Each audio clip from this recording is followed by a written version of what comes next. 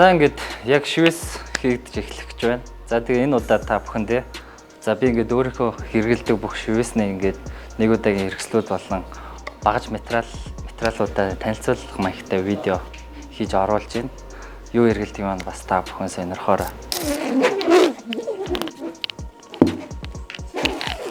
За тэгээд энийг яагаад бүгдийг ингэж ороож байна вэ гэхээр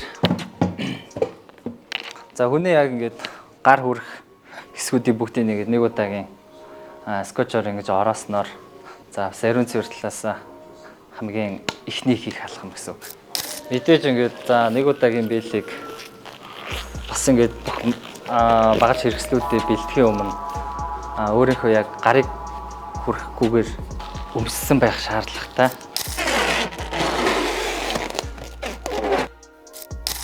За тэгээд мэдээж за энэ гол тавир дээр маань байх зүйлсд бол хүний ингээд ерөөсөө яг гар хүрч болох зүйлс яг шинээр ингээд солигдсон байх хэвээр. За энэ наалтыг бол би ингээд нөгөө будагны аягнуудаа бас унахгүй нэг хөлөөнгүй байх зориулт талаас нас ингэж нааж хэрэгэлдэг. Арай амар. За тэгэхээр шивээсэнд хамгийн хэрэглэгддэг будаг бол мэдээж хар өнгийн будаг байдаг. За миний энэ хэрэглэдэг будаг болохоор динамик нэртэй. За энд ийм QR кодтой энүүгээр нь бас ороод ер нь будгаа ямар хөө будаг вэ гэдгийг нь ороод бас харчиж болдог сайтаас нь.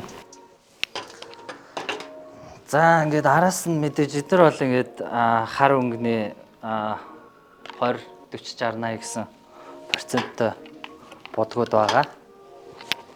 Хамгийн түлхүү ашиглагддаг ер нь миний хамгийн гол хэрэгсэл гэж хэлж болно. За тикогийн хүртэл байдаг. Хамгийн ингээд хөнгөө усалт ер нь талаас нь гарахт хамгийн их ашиглагддаг гэсэн үг. За тэгээд мэдээж за нэг удаагийн хэрэгслүүд дотроос маань ингээд за цэвэрлэгч хөөс болон уснууд за мэдээж будагны том жижиг хэлбэртэй аягнууд. За энэ ингээд саяны будаг маань дэж юм. За ийм савлгаалтайгаар ингэж гардаг.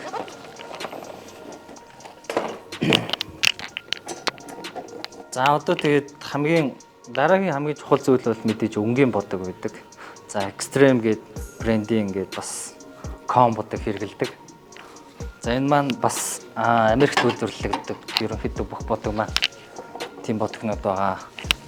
Би яг захиалга хийж авахдаа бол өөрөө Японоос захиалж авдаг. Бас нөгөө Японд нөгөө хизээж хулих бараа зарагддаггүй.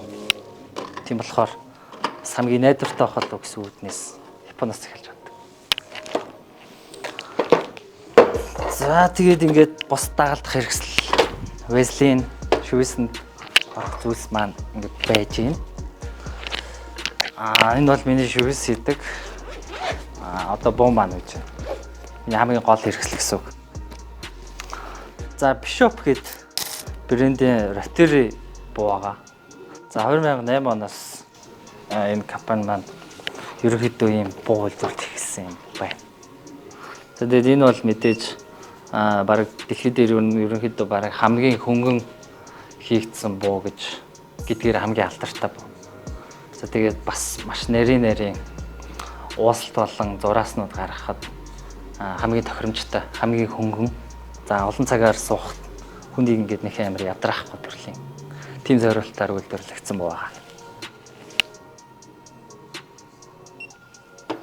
За энэ буу маань болохоор ингээд за энэ дагалдах нэг батарей байж байна. 2 батарейтай нэг нь дуусгаад ингээд нэг нийслээд цэнгэлдэг. За хайрцагтаа за мэдээж тогон залгаж бас хэрэглэж болдог батарейгүйгээр. За өөрийнх нь батарей бас цэнгэлдэг юм залгуур нь байж байна. За ингээд цэнгэлэгчнүүд нь иймэрхүү ком байгаа. За ерөнхийдөө шивээсний маань ингээд хамгийн ихний одоо ямар ч төрлийн шивээс хийсэн яг энэ бүхэн бол яг ингээд энэ ширээн дээр ингээд байж байгаа ёстой. За тэгээд мэдээж зүүнүүд за нэг удаагийн хэрэгсэл гэж явна. За энэ маань ингээд дотроо маш олон төрөл байгаа. Тухайн шивээсэндээ тааруулаад зүүнүүдээ өөрөө тохируулаад хэрэглэнэ. Ямар шивээс хийж байгаа дээрээс хамаарад одоо зүгээ сонгож явна гэсэн үг. За тэгээд энэ зүг зарлаад шивээс нь маш их дайгад хэрэглэлээ. Тухайн өдрийн шивээс дууслаа шууд энэ зүг хаях ёстой. За хязгаарч зүг бол дахин ашиглах боломжгүй. Тэгэх юм бол тэ маш их асуудал үүснэ. За тэгээд машина мэдээж нэг удаагийн бинтээр орооно. За энэ маань бас ингээд шивээс ихт хийгээд барих үед ингээд арай тохиромжтой эвтэй нэг халтарч гараас унах гутлаас нь ингэж ороодог. За тэгээд одоо мэдээж ингээд зүүнүүдээ нэг удаагийн зүг хэрэглээд будагнуудаа ямар шивээс хийж болоо тохируулаад найруулад ерөөдөө яг шивээснийхээ ажилд орно гэсэн үг. За тэгээд миний хэрэгжилж байгаа юмнууд бол та бүхэнд хамгийн товчхоноор тайлбарлахад бол ерөөдөө ийм байна. За өөрөө ингээд бас хамгийн чанартай гэсэн зүйлсийг бас гадны орнуудаас захиалж аваад чанартай маш өндөр түвшинд гайгүй ажлууд гаргахыг зэрдэг. За тэгээд энэ удаагийн танилцуулгатаа маань хамт байсанд баярлалаа.